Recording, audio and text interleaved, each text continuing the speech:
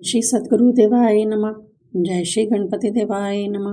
ओम नमः शिवाय। रुद्र संहिता युद्ध खंड 57वां अध्याय। सनत कुमार जी बोले, हे व्यास जी, अब मैं आपको शिव जी के उस आख्यान को कहता हूँ जिसमें उन्होंने गजासुर को त्रिशूल से मार दिया था। व्यास जी कहने लगे, जब महिषासुर पुत्र गजासुर उग्र तप कर ब्रह्मा जी से वर प्राप्त कर अपने स्थान को वापस आया तो उसने सब दिशाओं, तीनों लोकों सहित देवता, असुरों, गंधर्वों तथा मनुष्य आदि सभी को जीत लिया।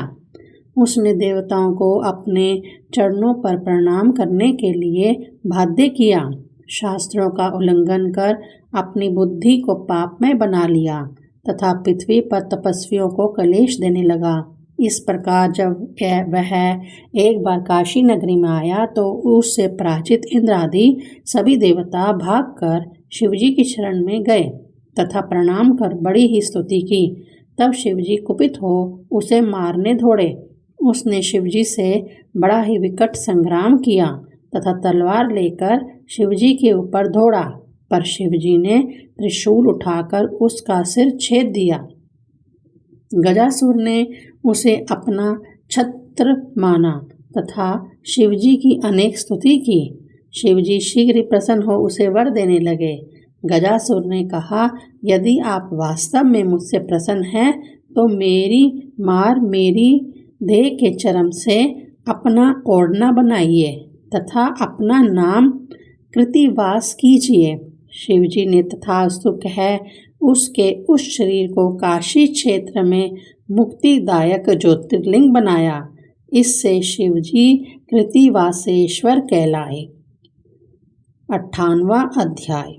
सनत कुमार जी बोले, हे व्यास जी, जब विष्णु जी द्वारा दति का महाबली पुत्र हिरण्याक्ष दैत्य मारा गया तो उसके कारण दति को बड़ा दुख पहुंचा। तब दुदुम्बी निर्हाद ने आकर दति को बड़ा आश्वासन दिया और इस बात पर विचार किया कि किस प्रकार देवताओं को जीता जाए।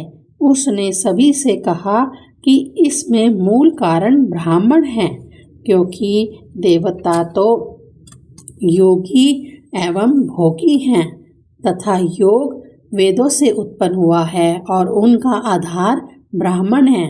इसलिए उसने ब्राह्मणों को नष्ट करने का निश्चय किया, क्योंकि ब्राह्मणों के नष्ट होने से देवता स्वयं ही नष्ट हो जाएंगे। दुदुम्बी काशी में आकर ब्राह्मणों को मारने लगा। जो भी ब्राह्मण कुशा और समिधा लेने वन में जाते वह सबको वहीं खा जाता। वह कभी वनचर और कभी जलचर के रूप में विचरता। अदृश्य हो जाने पर देवताओं को भी नजर नहीं आता।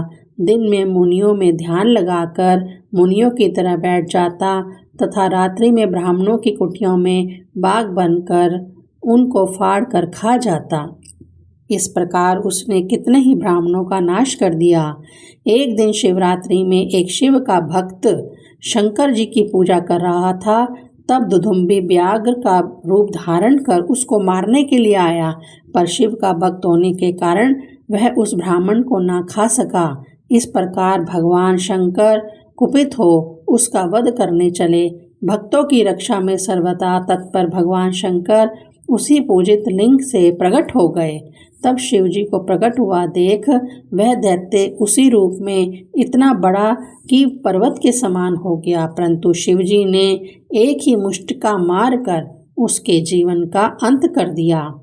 उसकी भयानक चिंगार से 10 दिशाएं गूंजने लगीं। मुनियों ने एकत्रित हो जय जयकार किया तथा शिवजी की स्तुति की। 59वां अध्याय।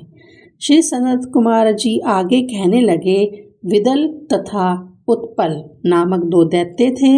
उन्होंने तप करके यह वर प्राप्त कर लिया कि हम किसी भी पुरुषों के हाथों ना मरें।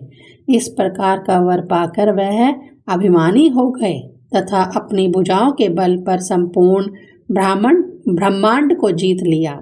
उन्होंने देवताओं को भी परास्त किया। देवता इस प्रकार पराजित होकर ब्रह्मा जी के पास गए तथा स्तुति कर अपना दुख निवेदन किया। यह सुनकर ब्रह्मा जी बोले, ये दोनों जगत जननी पार्वती द्वारा ही मारे जाएंगे।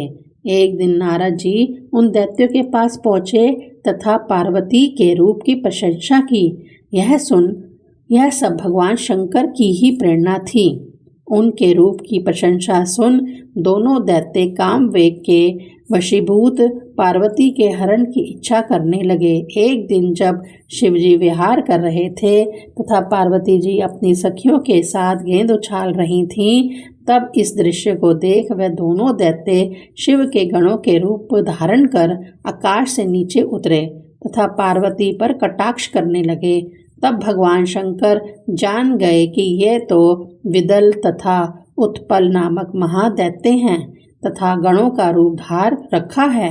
शिवजी ने यह बात इशारे से पार्वती जी से कही। तब तो पार्वती ने खेलते खेलते अपनी गेंद उन दैत्यों पर फेंकी। गेंद के लगने की देर थी कि वे दोनों दैत्य चक्कर काटकर पृथ्वी पर गिर पड़े तथा उनके प्राण निकल गए। तब वह गेंद लिंग रूप से दर्शन देने लगी। जेशेश्वर के पास कुंदकेश्वर नामक वह स्थान प्रसिद्ध हो गया। उस समय वहाँ शिवलिंग प्रकट हो जाने से विष्णु, ब्रह्मा आदि सभी देवता वहाँ आए और भगवान शंकर द्वारा वरों की प्राप्ति करके अपने अपने लोक में वापस चले गए। इति श्री रुद्र संहिता युद्धखंड। ओम नमः शिवाय।